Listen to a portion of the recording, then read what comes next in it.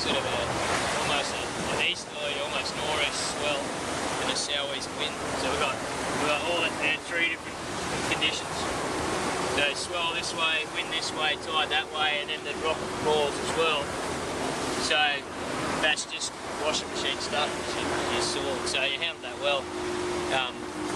Leaving Refuge Cove and a couple of different places, you'll get that kind of thing leaving the island, bouncing back off the cliffs and stuff, so you'll have that kind of condition. And then you notice how much it changed as soon as we got away from a couple of elements. We still had swell and wind, but we got away from that tide, so it wasn't sort of standing up and pushing against it.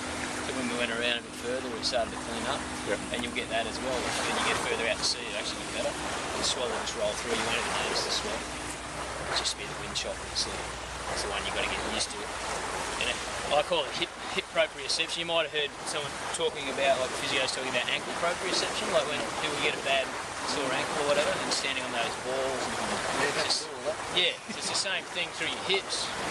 So when you're paddling and it starts getting rough, you've got to have that hip proprioception, so you need to be able to work this sort of motion in core and be connected through your hips and still be able to paddle and be able to move through your hips. A lot of people get twitchy, especially the tippy of the boat.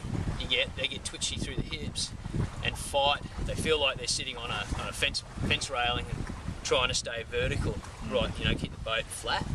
But actually, the boat will roll around, so that's where the proprioception part comes in. The boat will roll around, and you'll still lean over like this, or do what you've got to do, and the boat's just moving around underneath you. And they're quite stable. They call it initial stability when you first get in, and how it feels on its keel. And where some boats are tippy on their keel, and you'll be like this. And then the secondary stability, some boats have less and some boats have more, like sea kayaks have more secondary stability, so as you roll to its side, because it's wide and flat, it'll still be quite stable. So you can get pushed by a big swell and still pull and stroke, so long as you don't fight it too much. So if you'll get to here, and you're trying to push it back down, you're better off just rolling through the swell, just keep paddling.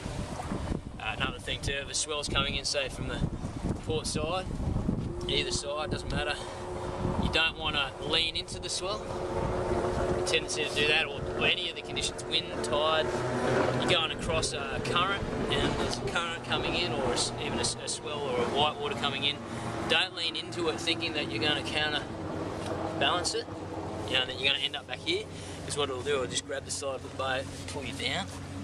What you want to do is lean it up this way.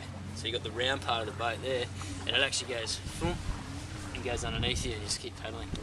You sort of shy the actual bottom of the boat up to it, and the round part just goes underneath, and you just keep going. Again, that proprioception thing.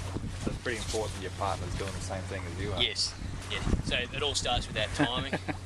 And if you feel the boat, and you've got to get used to each other, you feel the boat going one way and you're trying to fight it back. So if you get used to that sort of roll and movement through the boat, rather than getting it off centre and going, oh shit, I've got to get it back here because there's no stability off the centre, you'll be fighting against each other the whole time.